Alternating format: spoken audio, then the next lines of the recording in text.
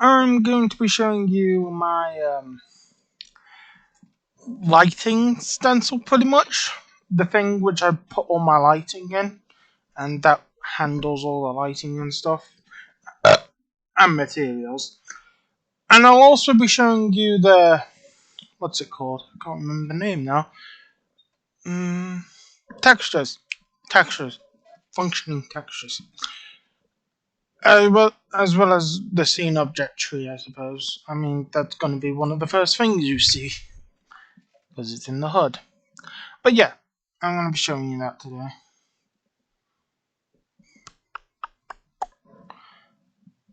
Also takes a little while to load now. We have this scene object tree. Primarily because of, well, it's not actually the scene object tree's fault, it's because of how the textures have to load and the thing we have to do to load them. But yeah, anyhow, textures. It supports WAR files, which these stars are WAR files. Technically, they're SWAR files. I converted them to SWAR files. It's easier. Also supports BMP files, which that sky over there is, as well as this ground over here. This ground is also a BMP file. And in case you haven't noticed, you know how I said in the forum post, I think I said this, but essentially it has like this dotted pattern at the borders of the texture when you use GL. When you like, use warp texture so that you can multiply the texture multiple times and re-render it multiple times. Yeah, it has this dotted pattern issue. I've done my best to solve it, but it's not going to get any better than that. But yeah, this is also my lighting area. And this ground is a material. You can't really tell it's a material, but it is a material. When you look over here, it gets darker because it's not being able to see the sun, the shiny parts, or bounce light off the shiny parts and from everything else. I don't know, radiosity, light, not my thing. But I know how this kind of works from my days using Hammer Map Editor. But yeah, this is a material, and it's a material with a texture. And this here is just a material, and it has no texture. Also made it so that my materials can also be emissive as well. Haven't used that though, but it's there, and it does work. If my understanding of how emission works, which it should just be like everything else. It should just be like like ambient and diffuse. So I think it will work. I don't see a reason why it shouldn't. But yeah, and there are a couple of other WAR files as well. They're the Penguins War. Oh, and I also did this. This is when I was trying to get BMP to work. I just needed a thing with a bunch of circles.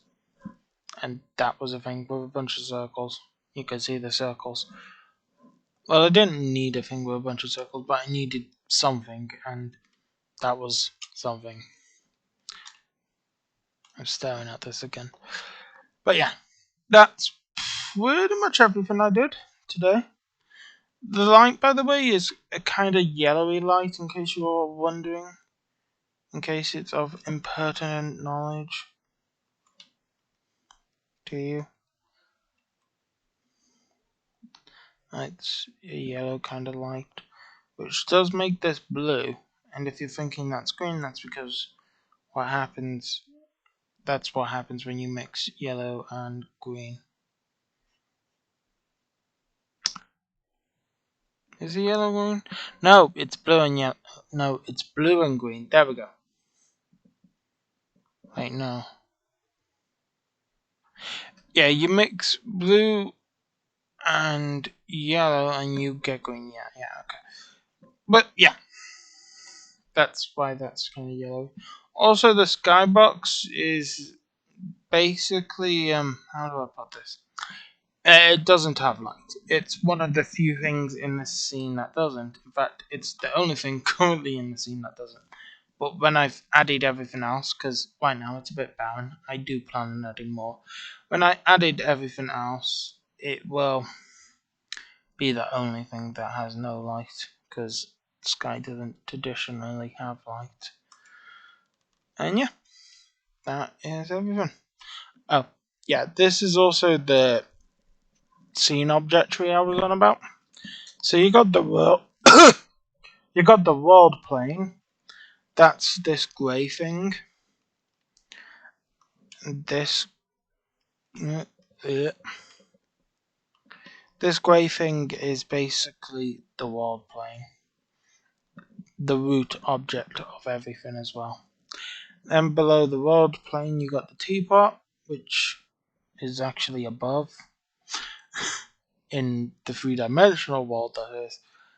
And then you got the cubes attached to the teapot. Now what that means is, it means if I move the teapot around, the cubes will also move around with it.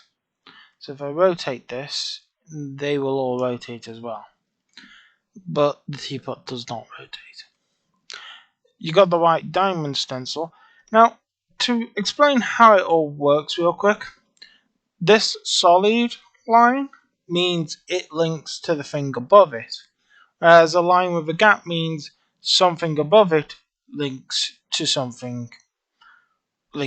the other thing above it in this line. So in this case, this doesn't link directly to the world plane, but this does, and that's where the line with the gap link comes in. But technically that does mean that no matter how far everything is indented, the first thing will always be this and then two dashes. If it's indented more than one, that is. Because, well, everything has to link to the world plane to be rendered. If it doesn't have any kind of link to the world plane, or its parents and their parents on top of that don't have any link to it, then it cannot be rendered. And it might also be a pain in the ass to delete. Because I have a really good system for freeing up all the memory. I can just delete the world plane and it will delete everything else, to delete the whole tree. Which is great, but if something's not linked to the world plane, then freeing that from memory is a whole other issue.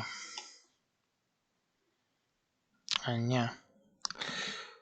But yeah, this is everything. And I don't think there's anything else. I will say I do plan on adding more to the HUD. Now that I've got textures up and running and BMPs, I'm obviously going to put a BMP on the HUD that does controls, that shows you what the controls are. And I was planning on adding like a grey box that goes behind this, and then making it so that you can minimize that grey box using the, secondary mouse click, using the menus. And that would also minimize the text. But the problem with that is, if I add more objects, then I have to expand the box more, and it just will become a whole hassle. It's not easy to get the new lines from it, from an unsigned chart pointer, without having to read through the whole thing and just figure it out. And you would need to know the new lines, as well as the size of the font, in order to calculate how big the box will have to be. So I might just leave that as it is, plain white text. It's not going to hurt anyone. But yeah, that's everything. There's nothing else. It is a bit sad that the stencils render above everything. They have to, because the way they work. Well, actually, there might be a way to stop that. I mean, if Portal 2 can do it, then I don't see why I can't, but... Well, but I'm not Valve, so that's not good. But Yeah, I mean, Portal 2, I'm pretty sure does work on stencils. Because they don't have render target cameras in Portal 2. I mean, they do, but the render target system for Portal 2 only allows for one render target texture, and that's it. And there's more than one portal, so they must be using stencils. I'm fairly confident in that. I just don't know how they get them working so perfectly. But yeah, my next thing is to add more to this than use GL menus.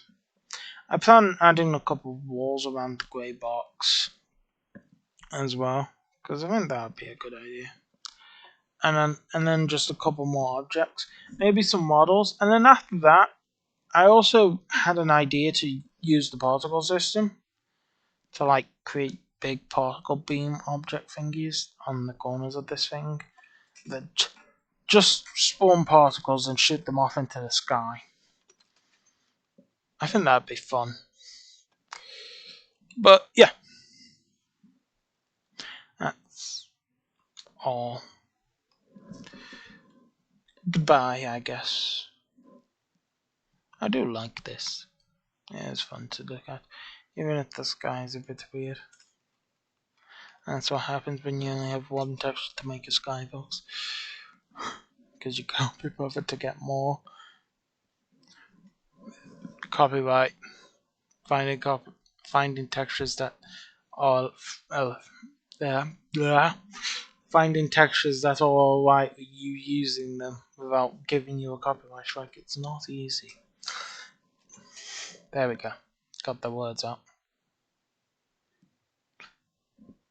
I do like looking at these cubes. I do miss the old cubes though. They were very colourful. I might bring them back. I'll keep a combination of the two. Oh yeah. Goodbye.